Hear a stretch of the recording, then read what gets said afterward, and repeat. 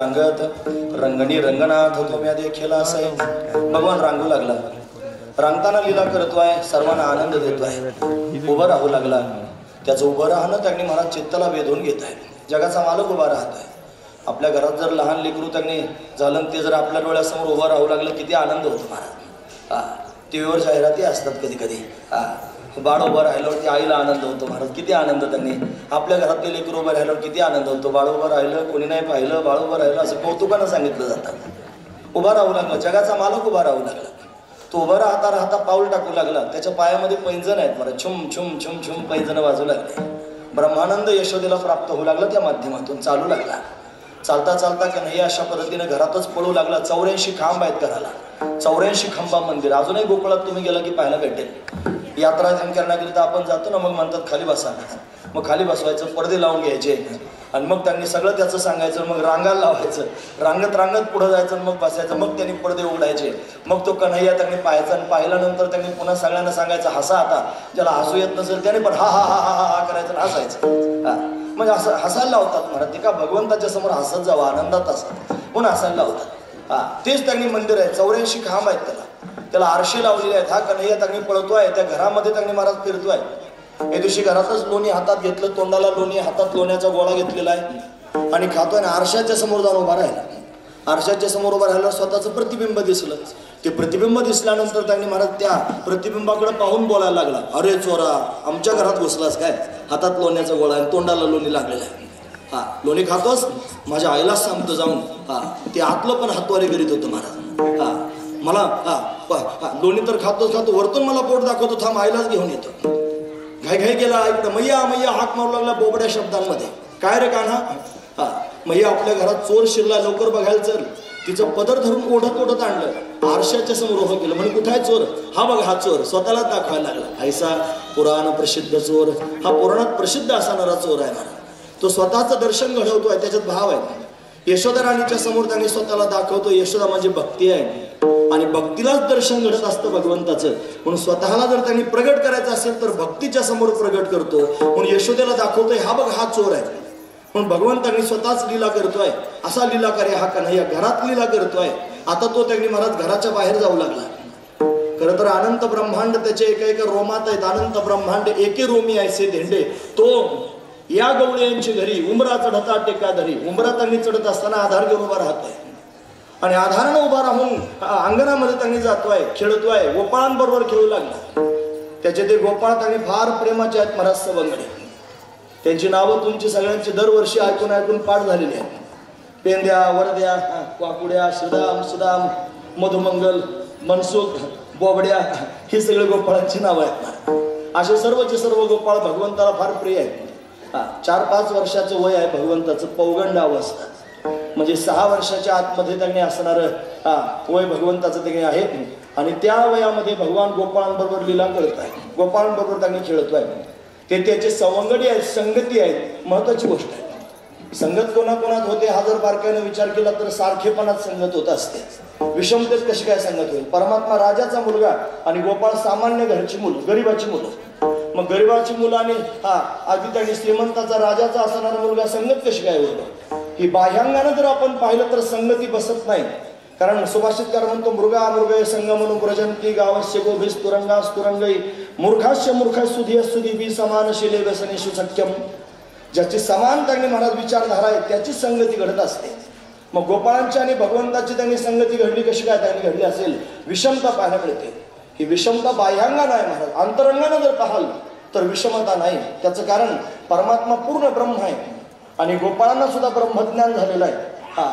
महाराज म्हणतात लोका गोकुळीच्या झाले ब्रह्मज्ञान आणि केलिया वाचून जपतप, जपतप केल्या वाचून ब्रह्मज्ञान झालं. आणि श्रुती वर्णन करून सांगते ब्रह्मविद ब्रह्मैव भवती. ब्रह्मविद म्हणजे ब्रह्मस्वरूपाला जाणणारा हा ब्रह्मरूपच झालेला असतो. म्हणजे गोपाळांनी ब्रह्मस्वरूपाला जाणलं. सगळे गोपाळ ब्राह्मी स्थितीमध्ये आहेत आणि हा पण पूर्ण ब्रह्म आहे. सारखेपणा अंतरंगानं पाहिल्यानंतर पाहायला मिळाला. आणि मग त्यांनी मला त्या दोघांमध्ये संगती झाली. त्यांचं सख्य झालं, त्यांची मैत्री झाली महाराज. आणि एवढी मैत्री झाली जीवापाड असणारी मैत्री, जी त्यांनी विभोर करून टाकणारी आहे. पण अशी असणारी मैत्री भगवंताबरोबर गोपाळांची झाली. या गोपाळांना भगवंताशिवाय आता दुसरं कोणीच नाही. अशी भावना अंतर्गणात निर्माण झाली. देवा तूच माझं सर्वस्व आहेस, तुझ्याशिवाय दुसरं कोणीच नाही. तुम्ही ऐकतात ना सर्वजण? हे उगीच गोपाळांचं सांगतो म्हणून नाही हो. कधीतरी कीर्तनाच्या माध्यमातून आपल्या पोटातले भाव प्रगट करून घेत जावे. हे कीर्तन म्हणजे देवाबरोबर बोलण्याचं साधन आहे. पण मी तर बोलून घेतो व तुम्ही ऐकताना सुद्धा त्यांनी भगवंताशी मनोमन बोलत जाता. असं जर बोलायला शिकाल तर तुमचं कल्याण होईल महाराज. महत्वाची गोष्ट आहे. त्याच्याशी बोलाल तर कल्याण होईल. जगाशी बोलण्यात केवढा समाधान वाटतं. त्याला फार मोठा मनुष्य त्यांनी आला, फार मानवलेला असला, श्रीमंत असला, नावाजलेला असला, तो जर 4 शब्द आपल्याशी बोलला 3 महिने ध्यानातून जात नाही. ते माझ्याशी बोलले, ते काय बोलले, ते तुला काहीतरी त्यांनी म्हणले असतील का, काही बोलत नाहीत महाराज. बळत त्यांच्याशी जाऊन त्यांनी बोलायचं आणि सारखं करून घ्यायचं, मी त्यांच्याशी बोलतो. हा महत्वाचा विचार.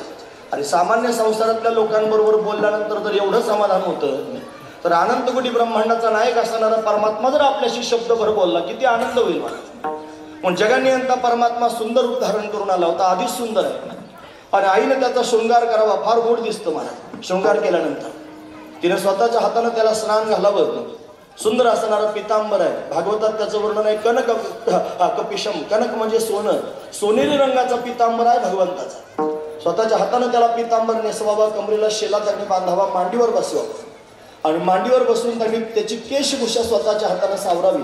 माथा बाबर झोटी असं त्यांनी म्हणतात की नाही रामदेव महाराज. पण त्यांनी असं त्याचं तोंड स्वतःच्या हातात धरायचं, मग कंगवेने त्याची केस सारखे करायचे आणि ती केशभूषा तयार करायची. मग त्याच्यामध्ये त्यांनी मुकुट अशा पद्धतीने घालायचा. त्याच्या कपाळावर स्वतःच्या हाताने चंदन लावायचं. त्याच्यावर त्यांनी महाराज केशराची उटी द्यायची. त्याच्या डोळ्यामध्ये काजळ घालायचं, त्याच्या कानामध्ये कुंडल त्यांनी घालायची. अतिशय सुंदर असणारा हा कन्हैया, या कन्हैयानं सर्वांचं चित्त त्याने वेधून घ्यायचं. आईनं मांडीवर बसवायचा, त्याला लोणी खाऊ घालायचं. मग यानं हळूच बोबड्या शब्दात म्हणायचं, मैया मी माझ्या मित्रांबरोबर खेळायला जाऊ. मग त्यांनी आईनं सांगायचं जा बाळा. मग यानं त्यांनी महाराज मित्रांबरोबर खेळायला जायचं. बासुरी वाजवायची आणि या बासुरीमधून त्यांनी महाराज मित्रांचं नाव घ्यायचं. पेंड्या, वरद्या, वाकुड्या असं त्यांनी महाराज हाका बासुरीच्या माध्यमातून मारायच्या. आणि ती बासुरी त्यांनी गोपाळांपर्यंत त्यांनी जावी. गोपाळांनी कन्हैयाचे शब्द ऐकल्याबरोबर धावतच यावं आणि यमुनेच्या काठावर सर्वांनी एकत्र जमावं. आणि एकत्र जमून त्यांनी महाराज भगवंताशी खेळायला सुरुवात करावी. या देवानं त्यांनी महाराज प्रत्येकाला व्यक्तिशः अशा पद्धतीने भेटावं, फार प्रेम द्यावं महाराज. प्रत्येकाचं नाव घ्यावं, त्यांच्यावर बागडावं, उड्या माराव्यात, त्यांच्या तोंडातलं उष्ट घेऊन अशा पद्धतीने खावं. तुम्हाला मधुमंगल पाठ झालेला आहे. फार प्रेम कन्हैयानं मधुमंगलावर अशा पद्धतीने केलं. पण सर्व गोपाळांबरोबर कन्हैया त्यांनी खेळू लागला. पण खेळत असताना त्यांचं चित्त आपल्याकडे वेधून घ्यायचं म्हणून काहीतरी वेगळं करून दाखवलं पाहिजे, काहीतरी वेगळं करायला. मग हा खोड्या करू लागला गोपाळांच्या. 5 पोळ्या, 3 भाकरी, 1 कानवला, 1 पुरी, आमची ठकुनी घाशी शिदोरी, अशा त्यांच्या खोड्या करतात. बरं खेळ खेळत असताना त्यांनी महाराज खेळ खेळपरी डाई न सापडे असं त्यांनी असणारा हा कन्हैया. बरं खेळत असताना पुन्हा त्यांनी म्हणत काहीतरी चिडी खेळायचं, रडी खेळायचं. आणि खेळत असताना गोपाळांना त्यांनी फसवायचं. आणि मग फसवल्यानंतर गोपाळांच्या लक्षात यायचं की हा रोज आपल्याबरोबर खेळतोय आणि आपल्यावरच कुरघुडी करतोय. पुन्हा त्यांनी अशा पद्धतीने आपल्याला फसवतोय. मग काय केलं पाहिजे? प्रत्येक वेळेला याचं हे ऐकून घ्यावं लागतं. का बरं ऐकायचं? त्याच्या घरी 9 लाख गायी आहेत म्हणून, तो राजाचा मुलगा आहे म्हणून, मोठ्याचा मुलगा आहे म्हणून, पाटलाचा पोरगा आहे म्हणून, या सगळ्या गोष्टी का श्रवण करायचं, का त्याचं ऐकून घ्यायचं, असा विचार गोपाळांच्या मनात येऊ लागला. मग सगळ्या गोपाळांनी निर्णय केला. काय निर्णय केला? म्हणले हा फार शहाणपणा करतो. काय करायचं? याला आपल्यात घ्यायचंच नाही म्हणजे खेळायला. आता खेळ तर मांडला आणि खेळ मांडल्यानंतर त्यांनी महाराज अशा पद्धतीने त्याला खेळातून बाजूला केलं. चल म्हणल्या अजिबात आमच्या खेळामध्ये येऊ नकोस. आमच्या खेळातून त्यांनी बाजूला हो म्हणल्याबरोबर भगवंताला त्यांनी महाराज काळजामध्ये धस्स झालं. कारण गोपाळांशिवाय दुसरं कोणी नाही हो त्याला. मोठे मोठे जपे तपे संन्यासी बंबम करणारे त्यांनी पाहिले, पण सर्वस्व भगवंताला देणारे त्यांनी कुठं सापडत नाहीत. लक्षपूर्वक ऐका, महत्वाचा विचार सांगताय. तुम्ही ऐकतात ना सर्वजण, माझ्याचकडे लक्ष द्या, दुसरीकडे पाहू नका महाराज. लक्षपूर्वक ऐका मी काय सांगतो ते. कारण या गोपाळांची स्थिती मला तुमच्या समोर सांगायची. काय स्थिती आहे गोपाळांची? त्या गोपाळांच्या मध्ये काय विशेष असणारे गुण आहेत. त्यांच्यामध्ये गुण आहेत तदी येता, नंबर 2 त्वदी येता, नंबर 3 मदी येता. तदी येता, त्वदी येता आणि मदी येता. भक्तिशास्त्रामध्ये त्यांनी हे विशेष गुण आहेत. तदी येता म्हणजे काय? देवा मी तुझाच आहे. मदी येता म्हणजे काय? तू माझा आहेस, तुझ्या वाचून दुसरं माझं कोणी नाही. आणि त्वदीयता हे सगळंची सगळं जे जगत आहे ना, हे सगळं तुझंच आहे, माझं काहीच नाही. मी तुझा आहे, सगळं जगत तुझं आहे आणि तूच फक्त माझा आहेस, तुझ्या वाचून दुसरं माझं कोणीच नाही. ही भावना आहे महाराज. तुम्ही ऐकता सर्वजण? असलं आपल्या मनात आहे का? तपासा बरं. तुम्ही कोणाचे आहात? जे दशपिंड पाडतात त्यांचे है ना. हा, कोणाचे आहात? देवाचे आहात. तुम्ही देवाचे आहात, बरोबर. तुमचं कोण कोण आहे? अहो सगळं गबाळ आहे ना. कोण नाही ते सांगा मला. सगळंच आहे. बायको आहे, मुलगा आहे, घर आहे, भाऊबंद आहेत, सोयरे धारे, सगळी दुनिया मला आहे. हे सगळे मला लागतात महाराज. कशा करता हे लागतात? ज्या दिवशी सगळे दरवाजे बंद होतील, एकच दरवाजा उघडा असेल त्या दिवशी देव येईल. लक्षात ठेवा. अजून 5 दरवाजे आहेत मला लागतात. द्रौपदीला भर सभेत आणलं, तिला त्यांनी महाराज वस्त्ररहित करायचा प्रयत्न केला आणि मग धृतराष्ट्राकडे पाहिलं, मला वाचवा. ती त्यांनी भीष्माचार्य, कृपाचार्य, द्रोणाचार्य सगळ्यांकडे पाहून म्हणते मला वाचवा. सगळे खाली माना घालायला लागले. मग तिला वाटलं मी आहे ना स्वतः समर्थ. स्वतःच हातामध्ये पदर धरला. आबला आहे महाराज. दुःशासन मोठा बलवान होता, त्यानं अजून ओढायला सुरुवात केली. मग लक्षात आलं कोणीच कामाचं नाही, तोच फक्त कामाचा आहे. मग हात उंच केले आणि कोठे गुंतला अशी द्वारकेच्या राया, पेडका सख्याला वेला. मग सगळे दरवाजे ज्या दिवशी बंद झाले, ज्या वेळेला बंद झाले त्यावेळेला त्याचा दरवाजा उघडला. लक्षात ठेवा. का सांगतो कशागिरीचा? जास्त शहाजूकपणा करू नये. हा, आपल्याला अजून फार दरवाजे दिसतात. आपल्याला वाटतं आहेत ना आपल्याला हे सगळे. आपल्याला आई आहे, बाप आहे, बायको आहे, मुलं आहेत, संपत्ती आहे, नाही काय तर प्रॉपर्टी आहे, धन आहे, बँक बॅलन्स आहे, सगळंच आहे आपल्याला अजून. हा, एवढं सगळं आपल्याकडे आहे. मग काय भ्यायचं कारण आहे? हे तुमचे कोणीच यमाच्या समोर उभे राहायचे नाहीत महाराज. यम आल्यानंतर तुमची बायको किती भांडकुदळ असू द्या, यमाच्या समोर तिचं काही चालत नाही. तुमचे पोरं किती वाघासारखे असू द्या, यम आल्यानंतर त्यांनी पोरं काही करीत नाही. तुमच्याजवळ कितीही पेट्या असू द्या, 100 पेट्या यमाला दिल्या तरी यम परत जायचा नाही. लक्षात ठेवा मी काय सांगतो ते. तुमच्याकडे किती संपन्नता असू द्या, किती त्यांनी सोयरेधारे तुमचे त्यांनी फार बलवान असू द्या, त्याच्यासमोर तुमचं काही चालत नाही. काळाच्या समोर काळ मोठा बलवान आहे महाराज. मग हे सगळे दरवाजे ज्या दिवशी बंद होतील आणि एकच दरवाजा उघडेल, त्याचं नाव आहे परमात्मा. त्या दिवशी परमात्मा येत असतो महाराज, तो टाकीत नाही. लक्षात ठेवा. म्हणून तदीयता, त्वदीयता आणि मदीयता. देवा मी तुझाच आहे आणि माझं फक्त देव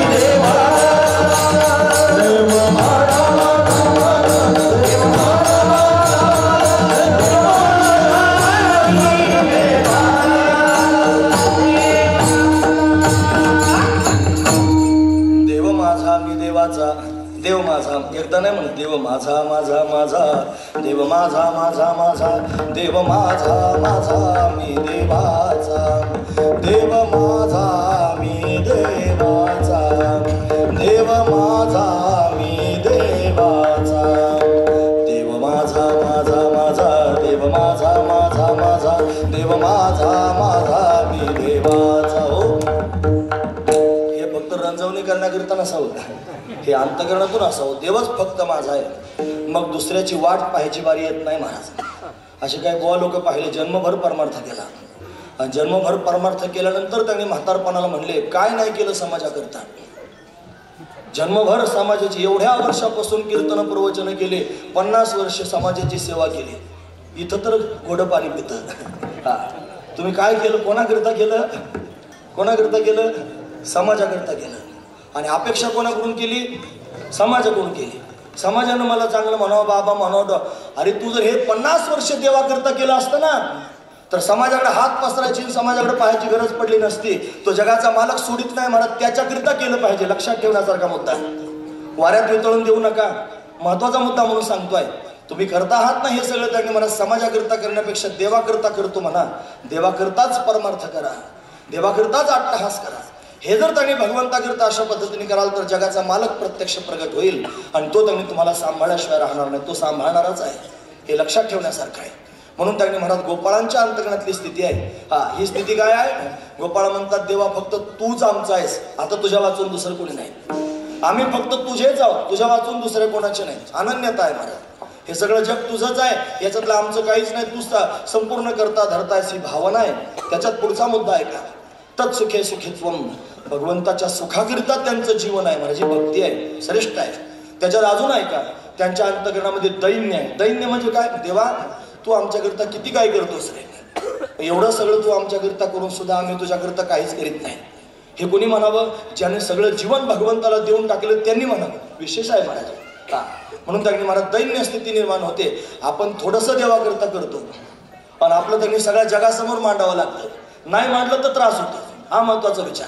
म्हणून त्यांनी सगळ्या जगाच्या समोर त्यांनी अट्टहास करावा लागतो. आपलं त्यांनी जगाच्या समोर मांडावं लागतं. पुण्य लोकांच्या समोर सांगत जाऊ नये.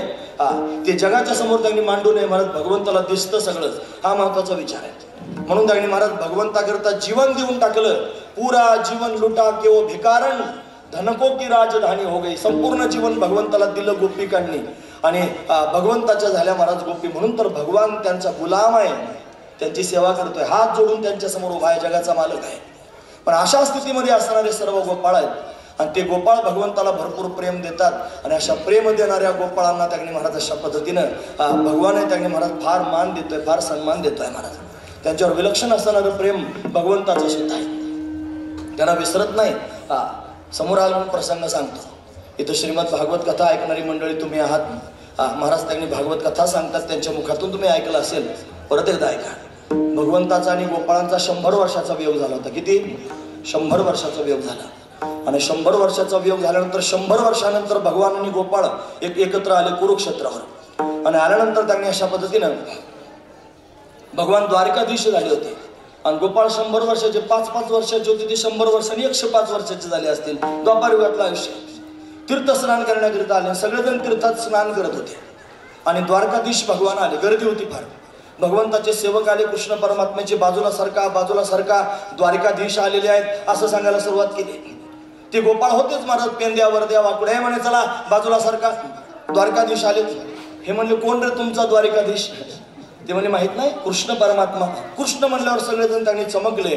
एकमेकाकडे पाहून म्हणायला लागले आपला कन्हवत नसेल म्हणे तोच असला पाहिजे. मग काय केलं पाहिजे? अरे तो आलेला आहे, त्याला भेटायचं आहे, तो आपल्याला दिसणार आहे. गोपाळांनी त्यांनी भावच बदलून टाकला आणि त्या सगळ्या सेवकांना सांगायला सुरुवात केली. जा, रस्ता देत नाही म्हणून जा, तुमच्या त्या द्वारकाधीशाला जाऊन सांगा तुझे बाप तिथं उभे आहेत म्हणून. आता गोपाळ म्हणतात त्यांनी महाराज कन्हैयाला निरोप दिला. हा निरोप कन्हैयापर्यंत जाऊन पोहोचला की ते सेवक म्हणले देवा काय सांगावं, ते खेडवळ लोक बसलेले आहेत मध्ये, रस्ता देत नाहीत आणि त्यांनी रस्ता द्या म्हणून सांगितलं. द्वारकाधीश आले तर ते म्हणले जा तुमच्या द्वारकाधीशाला जाऊन सांगा तुझे बाप तिथं बसलेत म्हणून. भगवंताने हे शब्द ऐकले. भगवान म्हणला माझ्या गोपाळांशिवाय असं कोणीच बोलू शकत नाही महाराज, हे फक्त माझे गोपाळच बोलू शकतात. असं त्यांनी भगवंताला कळाल्याबरोबर भगवान पळू लागले महाराज. सगळ्या लोकांना बाजूला सरकवत दूर व्हा करत त्यांनी अंगावरचं उपरणं गळून पडलं. पायातले जोडे सुद्धा त्यांनी महाराज गळून पडले आणि भगवान त्या गोपाळांच्या समोर जाऊन उभा राहिला. आणि 100 वर्षानंतर गोपाळांना पाहिल्यानंतर भगवान व्याकुळ होऊन त्यांच्याकडे त्यांना भेटण्याकरिता सरसावला. माझा पेंद्या, माझा बरद्या, माझा वाकुड्या, माझा सुदाम, माझा श्रीदाम असं म्हणून त्यांनी प्रत्येकाला हृदयाला भगवानला लावू लागला. केवढं प्रेम आहे महाराज. पण मित्रप्रेम जर पाहायचं असेल तर फक्त भगवंताकडे पाहावं, दुसरीकडे पाहायला भेटत नाही. आणि मित्रप्रेम जर पाहायचं असेल तर संतांकडे पाहावं. संताजी जगणारे महाराजांकरता तुकोबर आहे वैकुंठाहून आलो म्हणे तुका संतून यावया विष्णू लोका. केवढं प्रेम आहे महाराज. पण संत आणि देव दोघेच मित्र होण्याच्या योग्यतेचे आहेत. बाकीचे भामटे आहेत महाराज अख्खे. कधी दगा देतील आणि पाठ फिरवतील सांगता यायचं नाही. माझं म्हणणं जड वाटत असेल प्रयोग करून बघा. कोण कधी त्यांनी अंग काढून घेईल, दगा देईल सांगता येत नाही. पण सामान्य जीवांवर विश्वास ठेवून त्यांच्यावर मैत्री करण्यापेक्षा देवाबरोबर मैत्री करा. तुमचं हित झाल्याशिवाय राहणार नाही महाराज. संतांबरोबर मैत्री करा, तुमचं कल्याण झाल्याशिवाय राहणार नाही. पण तेच खऱ्या अर्थानं मित्र होण्यासारखे आहेत. पण एवढं प्रेम भगवंतावर करणारे हे गोपाळ आहेत महाराज. त्यांचा वियोग, भगवंताचा वियोग गोपाळांना सहन होत नाही. भगवान ज्या वेळेला मथुरेला गेला ना त्यावेळेला त्याचा मित्र असणारा जो मधुमंगल हा वाट पाहत होता म्हणतात. बऱ्याच ठिकाणी सांगितलं जातं, परत ऐका काही वायाला जाणार नाही. आमच्याकडे ग्रंथ आहे महाराज, खरोखर आहे. त्याचं नाव आहे वे मिलेंगे. ग्रंथाचं नाव आहे वे मिलेंगे. त्या ग्रंथात असलेली प्रत्येकाची मुलाखत आहे. भगवान गेल्यानंतर त्यांनी प्रत्येकाच्या मनात काय भावना. यशोधराणीला विचारलं तुला काय वाटतं, भगवान गेलेला आहे आता काय होईल. तिनं सांगितलं तो येणार आहे मला भेटायला. प्रत्येकाची हीच भावना होती. हा मधुमंगल होता ना, हातामध्ये पाण्याचा गाडवा घेऊन त्यांनी यमुनेच्या काठावर जाऊन बसत होता आणि तिथं बसून त्यांनी महाराज भगवंताची वाट पाहत होता. माझा भगवान येईल, माझा भगवान येईल.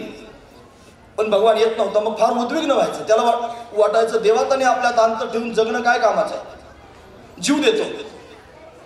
यमुनेच्या काठावर जायचा आणि आता जीव देण्याकरिता उडी मारणार. इतक्यात पाय मागे घ्यायचा.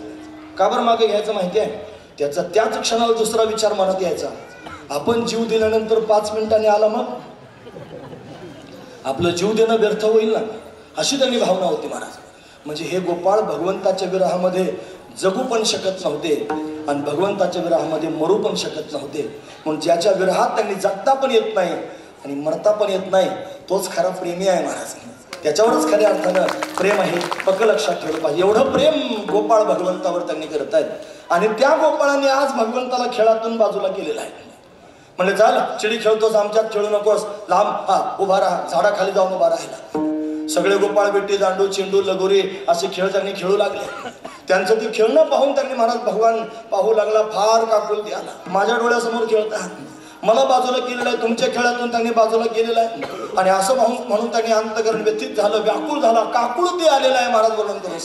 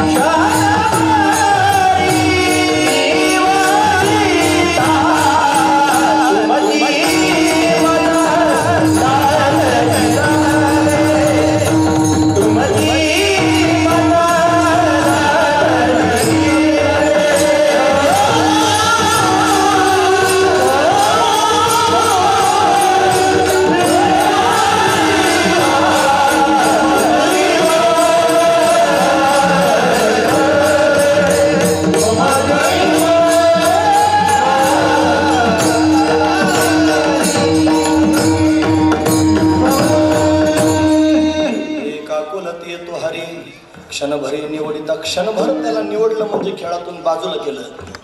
तर काकुळती आला आणि गोपाळांच्या समोर त्यांनी काकुळती येऊन अशा पद्धतीने बोलू लागला. काय बोलतोय महाराज वर्णन करून सांगतात, हे गोपाळांनो, मला तुमच्यापासून वेगळं करू नका, मला तुमची सवय लागली आहे, तुमच्या वाचून दुसरं मला कोणी नाही. मला असं त्यांनी तुमच्यात नवीन असल्यासारखं काय वागवतात. मी नवीन नाही, आपण जुनेच मित्र आहोत ना, आपण काय आजकालचे मित्र आहोत का, समजून सांगतोय भगवान गोपाळांना अभंगाच्या दुसऱ्या चरणामध्ये.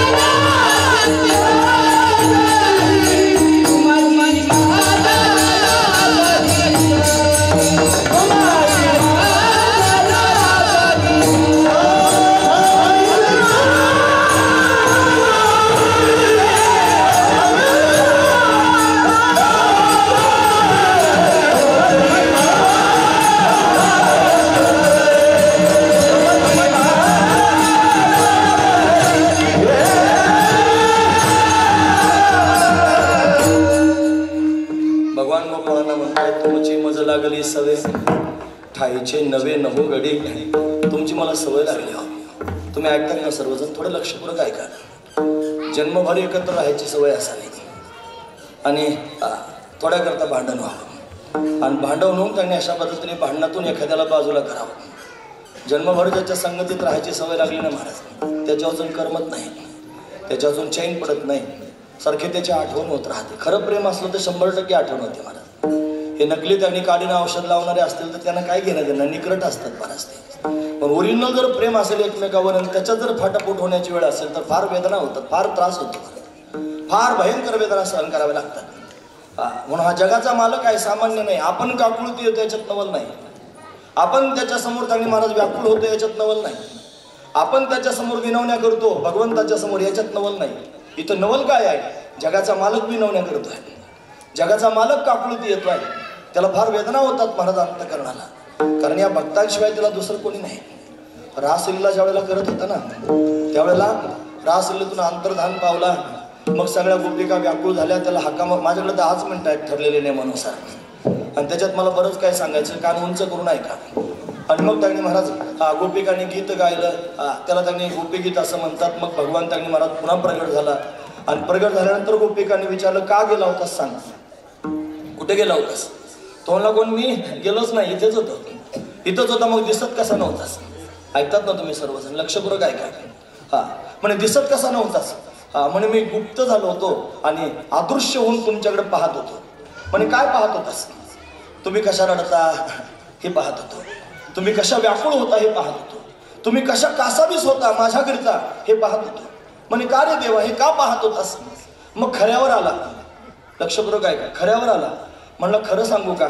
म्हणे काय खरं आहे? मला ना माझ्याकरिता कोणीतरी रडलेलं फार आवडतं, मला ना माझ्याकरिता कासावीस झालेलं कोणीतरी फार आवडतं, मला कोणीतरी माझ्याकरिता व्याकुळ झालेलं फार आवडतं. हे जगातले सगळे लोक आहेत ना भामटे आहेत सगळे, हे माझ्या समोर येऊन रडतात पण माझ्याकरिता नाही, हे स्वतःकरिता माझ्या पोराचं चांगलं होते, माझ्या पोरीचं चांगलं होते, माझ्या घराचं चांगलं होते याच्याकरिता रडतात. धाय माकडून रडतात त्या, माझ्याकरिता कोणीच रडत नाही. तुम्हीच एक अशा आहात की ज्या माझ्याकरिता रडत आहात. म्हणून त्यांनी व्याकुळून त्यांनी गोपिकांचं रडणं भगवान त्यांनी पाहतोय. म्हणून हे शब्द भगवंताचे ऐकले आणि ऐकल्यानंतर गोपिकांनी लगेच पवित्रा बदलला. गोपिका म्हणलं, देवा जर तुला खरोखर हेच आवडत असेल तर ऐक ना, आमच्या समोरून निघून जा, निघून जा. एवढे शब्द गोपिकांच्या मुखातून आले. म्हणे का देवा, तू जर आमच्या बरोबर असशील तर तुझ्याकरिता कासावीस होता यायचं नाही, तू जर आमच्या संगतीत असशील तर तुझ्याकरिता रडता यायचं नाही, तुझ्याकरिता व्याकुळ होता यायचं नाही, तू जा. असं जा म्हणल्याबरोबर त्यांनी अनंत कोटी ब्रह्मांडाचा नायक आहे भगवान, या भगवंतानं धाडकन जमिनीवर अंग टाकून दिलं गोपिकांच्या समोर आणि हात जोडून काकुळ देऊन त्यांनी बोलू लागला, गोपिकांनो सगळं काही म्हणा, फक्त मला तुमच्या समोर जा म्हणू नका. का? या जगात मला तुमच्याशिवाय दुसरं कोणीच नाही, तुम्हीच माझं सर्वस्व आहात. हे फार लोक त्यांनी महाराज परमार्थ करताना दिसतात पण हे स्वतः करता त्यांनी परमार्थ करतात. मला प्रेम देण्याकरिता कोणी त्यांनी झटत नाही. तुम्हीच एक असे आहात की ज्या फक्त माझ्यावर प्रेम करत आहात, मला तुमच्या समोरून जायला त्यांनी म्हणू नका. आतापर्यंत गोपिका पदर पसरून प्रेम मागत होत्या, आता जगाचा मालक पदर पसरून प्रेम मागतोय. गोपिकांनो मला प्रेम द्या. हा जगाचा मालक प्रेम मागतोय महाराज. जसा गोपिकांच्या समोर प्रेम मागतो ना रासलीला त्यांनी झाल्यानंतर, तसा गोपाळांच्या समोर प्रेम मागतोय खेळून झाल्यानंतर. खेळातून बाजूला काढला आणि बाजूला काढल्यानंतर गोपिक गोपाळांच्या समोर हात जोडून विनंती करायला लागला, गोपाळांनो मला तुमच्यातून वेगळं करू नका, तुमची मला सवय लागलेली आहे, तुमची मज लागली सवय. तुम्ही जर बाजूला केलं तर तुमच्या वाचून त्यांनी चैन पडायचं नाही. एखाद्याने जर बाजूला केलं तर अन्न गोड लागत नाही महाराज, झोप येत नाही. ज्यांना खरोखर भगवंताचा विरह झालेला आहे ना त्यांना विचारा महाराज, तुम्ही रात्र रात्र जागे असतात, कोणत्या दिशेनं भगवान येईल अशी भावना पोटात असते. म्हणा देवा कधी भेटशील रे, तुझं ते सुंदर असं रूप मला डोळ्याला पुन्हा एकदा पाहायचंय, तू माझ्या समोर प्रगट व्हावास अशी भावना पोटात येऊन त्यांनी महाराज व्याकुळ होऊन रडतात. तो विरह त्यांनी सहन होत नाही. भगवंताला विरह सहन होईना. तुमची मज लागली सवय, मला सवय लागली रे तुमची. ठाईचे नवे नहो गडी, आपण ठाईचे म्हणजे जुनेच आहोत, नवे नहो गडी आपण नवीन नाहीत ना रे. मला तुम्ही आता वेगळं करता आहात, बाजूला करता आहात. आपण एवढ्या दिवसापासून बरोबर खेळतोय, ही काही इमानदारी आहे का? गोपाळ म्हणले त्यांनी, तू फार शहाणा आहेस, तू त्याने फार स्वतःला शहाणा समजतोस, रडी खेळतोस, चुकीचं त्याने खेळतोस म्हणून तुला खेळातून बाजूला काढलं, म्हणून त्यांनी तुला खेळात घ्यायचं नाही. गोपाळ पण त्यांच्या मुद्द्यावर स्थिर आहे. मग प्रलोभनं द्यायला लागला, प्रलोभनं देतोय. तो म्हणतो खरं सांगू का, मला ना अजून फार लोक बोलावतात खेळायला, मी त्यांच्यात जात नाही.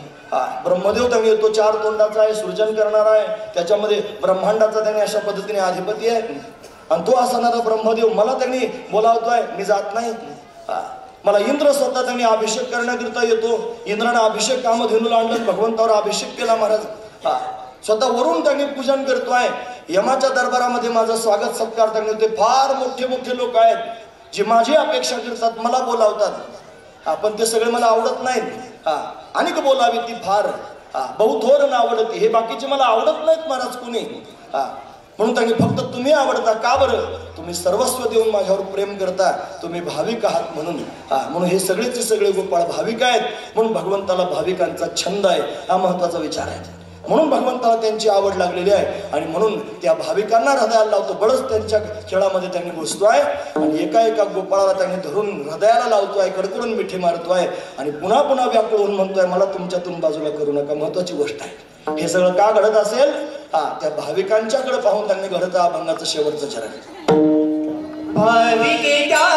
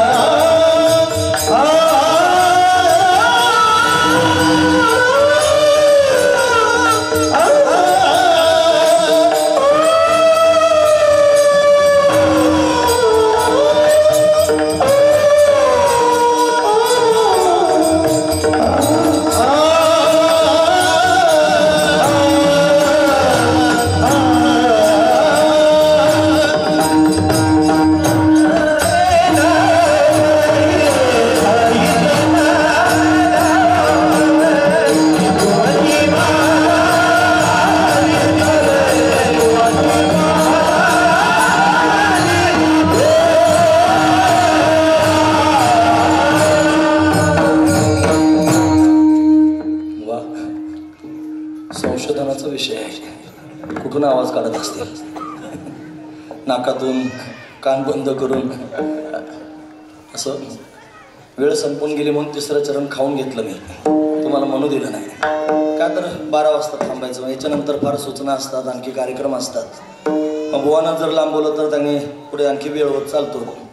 म्हणून आवरत त्यांनी या मुद्द्यापर्यंत मी आलो.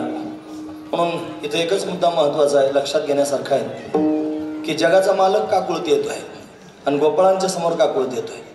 तो म्हणतो अनेक बोलावे ते फार, मला फार लोक बोलावतात, पण भाऊ थोरं आवडते ते मला आवडत नाहीत. मला देवाला ब्रह्मदेव आवडत नाहीत. का आवडत? त्याच्या पोरीच्याच मागे पळाला कामातून. गोपाळ तसे नाहीच, फार आवडतात.